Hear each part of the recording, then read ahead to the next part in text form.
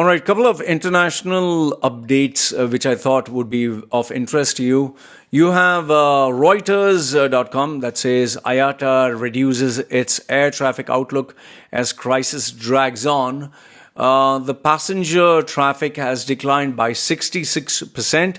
That is as per IATA. So, if the airline industry gets impacted, you have jobs that get impacted, that is cabin crew, pilot, operation staff, ticketing agents. Then you have people who depend on the travel industry, that is, let's say, air travel companies, then tour companies, then you have service providers. And if they get impacted, then the people who supply to them, they get impacted. And then when all these people get impacted, you also have businesses that depend on tourism. They get impacted because, let's say, for example, a place like Samui or a place like Dubai or a place like Hong Kong, which depends on tourists coming in or people traveling. Now, nobody's staying in the hotels, nobody's eating in the restaurants, nobody's shopping. So what do? Well, you end up with having to shut your business down. Now, when you have less purchasing power, then you end up not buying anything from supermarkets, or you don't buy new accessories. You save money. You tend to get very afraid. So this in itself is, if it is 66% has impacted the travel industry, you can be rest assured 66% of every other industry is going to be impacted. Okay, the next piece of news that I think would definitely make your antenna stand up. It's reported by Khaleej Times. Airlines are losing 1.1 million dirhams every minute. Just let that sink in. Per minute, they're losing 1.1 million dirhams. So, dated 6th October 2020, IATA had in June released its financial outlook for the global air transport industry, showing that the airlines would lose $84.3 billion US dollars in 2020. So that's roughly $13 billion US dollars per month, or that's 300,000 US dollars every minute. Okay, that's around, in terms of dirhams, 1.1 million dirhams. So the industry is not expected to turn cash positive until 2022. I look at it as the industry turning positive by 2025, not 2022. Okay. Governments, and I'll tell you why. First, let me finish this. Governments to date have provided $160 billion in support, direct aid, wage subsidies, corporate tax, specific industry tax, fuel tax. It's all useless because no matter how much of relief you give them, nobody's traveling. You can't travel. Borders are closed down. So the severe downturn threatens 46 million potential jobs, $1.8 trillion of activity at risk. Now, I'll tell you why did I say that the industry is not going to turn positive until 2025.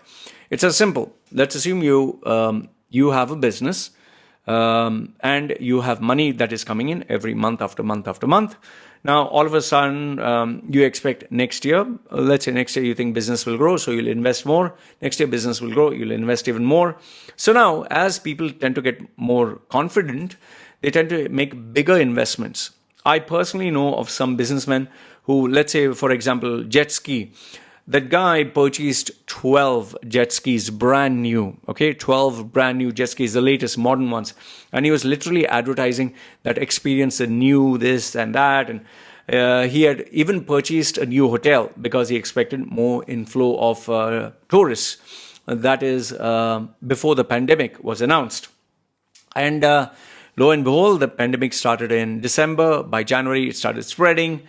Now this guy has 12 jet skis for which he has to pay money because he has bought them on a bank loan. And he has a hotel which he also purchased. Now cash is all locked in. Now he has to still pay money. So now he's eating from his savings. So now the question is, let's assume the pandemic is sorted out. Okay, they've healed. Now for 1 year he didn't have any business. Now he needs to cover the losses for 1 full year. Plus he needs to pay the loans for all this. Plus he needs to pay for the staff. Plus he needs to restart his business. So, and obviously he cannot charge very high because now he's trying to get people to come again. So obviously maybe he'll cut down the prices. So when you think of all this, so the first year is going to go into, negating those losses. Second year would be to normalize. Third year would be to, okay, fine, I've finally paid off all the expenses, everything else. Fourth year onwards, you can think of profit. So it takes time. Just ask yourself, if you have taken a bank loan, how fast or how easy it is to pay that loan?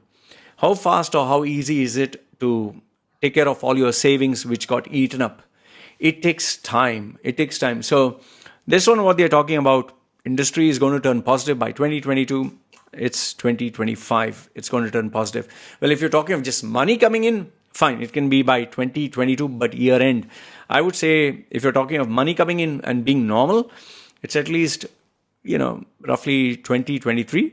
That's at least me. You can let me know your thoughts. Then Saudi and Turkey news. Saudi called upon its citizens to boycott everything Turkish following Erdogan's statement. This is dawn.com. So Saudi Arabia is asking citizens to boycott everything Turkish. So if Saudi is doing that, I'm pretty sure Turkey is also saying boycott everything Saudi. So how does this impact people? Well, when you have all the countries in one particular group not having unity between themselves, and that also one who are very close, everyone suffers. Okay, and if everyone suffers, well, it'll impact you as well. Then you have Saudi, sticking to that. Saudi wishes to buy a stake in Lulu, which I've spoken before, 7th October. But here the thing is, the part of the news that I want you to focus on is Lulu operates in shopping centers, hypermarkets, with the annual turnover, as per this article, of 7.4 billion US dollars. So the company is doing very well. The company is very successful. Now the question is, if the company is so successful, then why is it the owner wants to sell off stake in his company? Do you seriously think, let's say, for example, you have a very successful business. Would you think of selling stakes in your company? Would you think of letting go of your control? How do you think, for example, Mark Zuckerberg would just sell off his shares and say, yeah, you can buy, No, they're not going to. They're going to hold on to their baby. And another question is, where is Yusuf Ali? Nobody knows where he is. He's just vanished. He's under the radar. So that is just kind of reminds me of B.R. Shetty's the scandal. He started showing signs of, something is wrong. Now you have Yusuf Ali. In fact, ask yourself, all these billionaires, Azad Moopan, all the Indian billionaires, all these big guys who are, UAE, I'm with UAE and, die for UAE and UAE is my country. All of them are just vanished. Shush. Silence of the lambs. So you can tell me, what do you think about this news? Next one, Oman. Oman, which has been really clamping down on getting rid of expats. It says here is expats with expired visas will not be allowed to return. So once your visa is expired, bye-bye permanently, don't come back. Family visa is only valid for those with valid visas can come in. Otherwise, even you can't come in. And it seems that they have suspended the issue of visas, although entry is only available for those with valid residency. Okay. Now, what do I think about this? I think Oman is going back to, the Stone Ages, whereby they are just looking to take care of its own citizens. And if you're planning to be that kind of a place where only your citizens work and nobody else, you're not getting any competition. You're not getting any influx of new talent.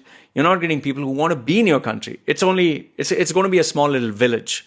And that invariably results in the decline of a country.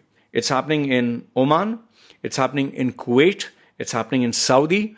They're calling this Saudiization, Bahrainization, Omanization, like womanization or womanizer or whatever. And, the only problem is expats are going to stay away from these places, this Kuwait and Bahrain and Oman. They're going to just say that, what is the use? I come to this place and I just work for 2-3 years and they kick me out. The only people who would want this kind of arrangement is those who actually get maybe 4 times or 5 times more than the salary that they are normally getting. They say to themselves, let me earn a quick buck and get the fuck out, The only other drawback that I see to this is, see, when you employ someone new and he joins your company, it takes time for them to learn the process, to learn the system, to start inculcating a sense of value to the company. It's like an investment. Initially, when the person comes, he's learning the skill, he's learning the process, learning the system. He's not actually giving anything back that is far more greater than what he's getting. So only after a period of, I would say, 3 to 5 years, does a person starts completely memorizing the system and through his experience and creativity, adding value. So for these countries that are actually doing like this, you're just going to get someone new, come in, learn, and then get out. You're not going to get any benefit out of this. Anyway, you can let me know if you think this is right or wrong.